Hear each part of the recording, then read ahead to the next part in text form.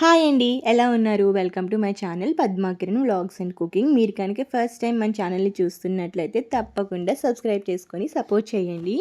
ఈరోజైతే మటన్ యొక్క original flavour ఉండే కర్రీ అయితే మీతో షేర్ చేసుకుంటాను. చాలా బాగుంటుంది. దీనికోసం ఒక జార్లో ఒక వెల్లుల్లి, 1 ఇంచ్ అల్లం, అలాగే ఒక 2 ఆనియన్స్ అయితే కట్ చేసి వేసుకోండి. దాంతోపాటు అందులో ఒక 1 ఆర్ 2 టమాటోస్ కూడాను యాడ్ చేసుకోండి. పెద్ద టమాటో అయితే ఒకటి, చిన్నవైతే 2 టమాటాస్ అయితే యాడ్ చేసుకోండి.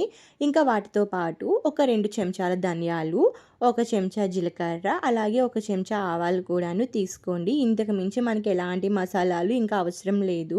ఎలాంటి మసాలాలు వేసేసి ఆ ఒరిజినల్ ఫ్లేవర్ని మనం చెడగొట్టుకుంటాము. నార్మల్గా అయితే మటన్ యొక్క ఒరిజినల్ ఫ్లేవర్ అనేది చాలా బాగుంటుంది. ఇప్పుడు ఇలా మిక్సీ పట్టుకున్న మసాలాని పక్కన పెట్టుకోండి.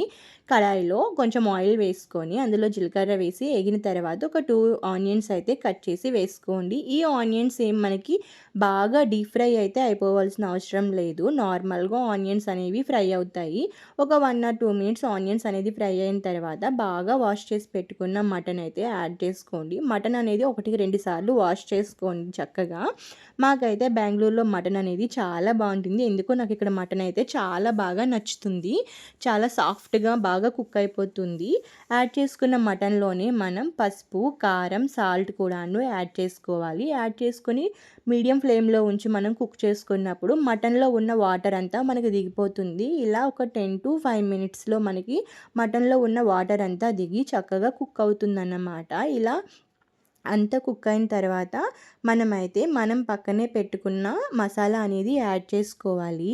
ఒక్క విషయం అయితే నేను చాలా క్లియర్గా చెప్పగలను. ఈ మటన్ అనేది మనకి రియల్ మటన్ ఫ్లేవర్ అయితే వస్తుంది. ఎలాంటి మసాలాలు మనం ఎక్స్ట్రా స్పైసెస్ ఏవి యూజ్ చేయట్లేదు కాబట్టి చక్కగా ఉంటుంది. మనకు తిన్నప్పుడు కూడాను ఎలాంటి స్టమక్ ఇష్యూస్ కూడా మనకి రావు. ఐ మీన్ గ్యాస్ ప్రాబ్లమ్స్ కానీ, హార్ట్ బర్న్ లాంటివి కానీ ఎలాంటివి రావు.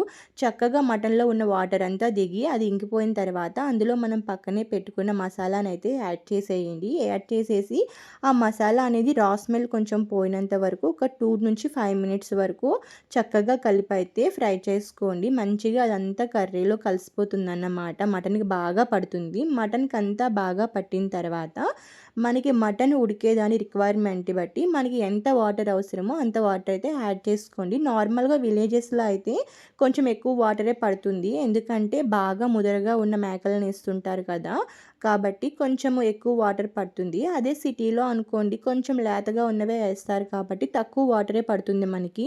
మాకైతే మినిమల్ వాటరే పడుతుంది. బెంగళూరులో మటన్ అయితే చాలా బాగుంటుంది. నాకు చాలా బాగా నచ్చుతుంది. ఇక్కడైతే నేను జస్ట్ 1.5 గ్లాస్ వాటర్ అయితే యాడ్ చేసుకున్నాను. ఎందుకంటే మాకు ఆ వాటర్ సరిపోతుంది, బాగా కుక్ అయిపోతుంది.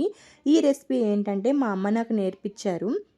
బేసిక్గా మనం రెగ్యులర్గా తినే లైఫ్లో మసాలాలు అంత మంచిది కాదు కదా. ఇలా మీరు మసాలాలు వేసుకోకుండా చేసుకున్నా సరే మటన్ ఫ్లేవర్ చాలా బాగుంటుంది. ఈ మటన్ కర్రీకి ఆ టేస్ట్ అండ్ ఫ్లేవర్ ఇచ్చేది మాత్రం మింట్ లీవ్సే. చక్కగా మీరైతే పుదీనా యాడ్ చేసుకోండి లాస్ట్లో, అదే హైలైట్ అనమాట.